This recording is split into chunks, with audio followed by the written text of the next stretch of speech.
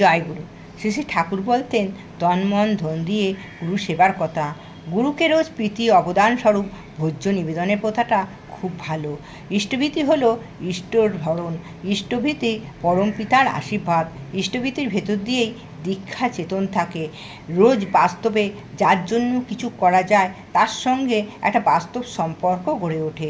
এই সম্পর্ক অবলম্বন করে জীবনের একটা পরিবর্তন আসে, অবশ্য যদি নিত্য করণীয়গুলি আন্তরিকতাভাবে করে চলা যায়। ইষ্টভীতি হলো সামর্থ্যযোগ্য, এতে মানুষ যোগ্য হয়ে ওঠে। নিয়মিতভাবে ইষ্টভীতি করলে বোধ করতে পারবেন বিপদ আপদ কাটাবার ক্ষমতা কতখানি বেড়ে যাচ্ছে। দুনিয়া টলমল করতে থাকলেও আপনি অটলভাবে দাঁড়িয়ে থাকবেন। পরমপিতাকে ভালোবেসে তার পথে চললে পরমপিতা তার হাত ধরে চালিয়ে নিয়ে মঙ্গল করে সমাসীন করিয়া থাকেন। ইষ্টভীতি নিকুম্ভিলা যজ্ঞের মতোই নিষ্ঠাসহ ইষ্টভীতি করে বেরুলে নিকুম্ভিলা করে যজ্ঞ করে বেরোনার মতন শক্তি ও সমৃদ্ধি হয়ে থাকে। আজকে এটা ভাদ্র মাসের দ্বিতীয় দিন, 139তম শ্রী শ্রী ঠাকুরের জন্ম মাসের দ্বিতীয় দিন। আজকে ভাদ্র পরিক্রমার দ্বিতীয় দিন। আমি আজকে শ্রী শ্রী ঠাকুরের বাল্যলীলার কথা কিছু বলবো। শ্রী শ্রী ঠাকুর যখন খুবই ছোট ছিলেন তিনি দুষ্টু ছিলেন খুবই। তার বড় হওয়ার সঙ্গে সঙ্গে তার দুষ্টুমিও বেড়ে যায়।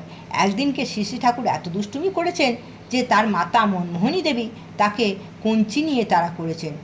তাড়া করতে করতে মাতা মনমোহিনী দেবী খুবই হাঁপিয়ে গেছেন।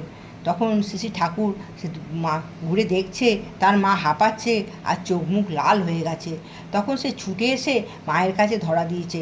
তার মা বলল, কী রে ধরা দিলি? তখন শ্রী শ্রী ঠাকুর বললেন যে, মা তোমার তো কষ্ট হচ্ছে, তুমি হাঁপিয়ে গেছো, চোখ মুখ লাল হয়ে গেছে। সেই জন্য সে মায়ের কষ্ট কোনো সময় দেখতে পারতো না। মা যাতে খুশি থাকে সেই চেষ্টাই সবসময় করতো। আবার একদিন শ্রী শ্রী ঠাকুরের ঘুম থেকে উঠতে দেরি হয়ে গেছে। তখন মাতা মনমোহিনী দেবী বললেন, তুই আজকে ঘুম থেকে দেরি করে উঠলি তো, যা স্কুলে একটা অঙ্কও পারবি না। সেদিনকে শ্রী শ্রী ঠাকুরের স্কুলে অঙ্ক পরীক্ষা ছিল। তা শ্রী শ্রী ঠাকুরের মুখটা তখন শুনে মুখটা ভার হয়ে গেল। যথাসময় সে স্কুল গেল এবং স্কুলে অঙ্ক কোশ্চেন পেতেই সে ঝরঝর করে কাঁদতে শুরু করে দিল। তখন স্কুলের মাস্টাররা বলল, কি হলো, তুমি কি একটা অঙ্ক পারবে না? তখন সে মাস্টারকে বলল, না আমি সমস্ত অঙ্কই পারবো, কিন্তু আমি যখন বাড়ি থেকে বেরিয়ে আসছিলাম আমার মা বলেছে যে আমি একটা অঙ্কও পারবো না। আমি যদি অঙ্কগুলো করি মায়ের কথা মিথ্যে হয়ে যাবে। সেই জন্য সে অঙ্ক না করে সাদা খাতা জমা দিয়ে বাড়িতে চলে এসেছিলো। তার কিছুদিন পরেই আবার সে অঙ্ক পরীক্ষা নেওয়া হয় এবং সে ভালোভাবে পরীক্ষায় পাশ করে। এটাই ছিল তার মায়ের প্রতি তার ভালোবাসা। মায়ের বাক্য, মায়ের কথা মানে তার বেদ বাক্য সমান হয়ে যেত। মাকে সে মিথ্যা প্রমাণ করবে না বলে সে সাদা অঙ্ক খাতাও জমা দিয়ে দিয়েছিল। আবার তার শ্রী শ্রী ঠাকুরদের যখন খুবই খারাপ অবস্থা, তখন শ্রী শ্রী তার পিতা শিবচন্দ্র চক্রবর্তী যখন অসুস্থ, তখন শ্রী শ্রী ঠাকুর তার মাতা মনমোহিনী দেবীকে বললেন, মা তুমি কষ্ট পেও না, তুমি মুড়ি ভাজবে, আমি বাজারে গিয়ে সেগুলোকে বিক্রি করে আসবো। তো শ্রী শ্রী ঠাকুর সেই বিরাট পদ্মা নদী পার হয়ে সেই সমস্ত মুড়ি বিক্রি করে আসতো। এরকম এমন সময় গেছে বিরাট ঝড়জলের মধ্যেও সে নৌকো পার হয়ে গেছে সেই মুড়ি বিক্রি করতে। এইভাবে সে সবসময় মায়ের খেয়াল রাখতো। সে মা, তার কাছে তার মা ছিল বেদ বাক্যের সমান। তার মা যাতে কোনো কষ্ট না হয়, মাকে খুশি করে তার একমাত্র ইচ্ছা, একমাত্র তার খুশি ছিল। মা যদি খুশি হতো শ্রী শ্রী ঠাকুর তাতেই খুশি হতেন। তাই তো তিনি বলতে পেরেছিলেন, মাতৃভক্তি অটুট যত সেই সন্তান হয় কীর্তি তত।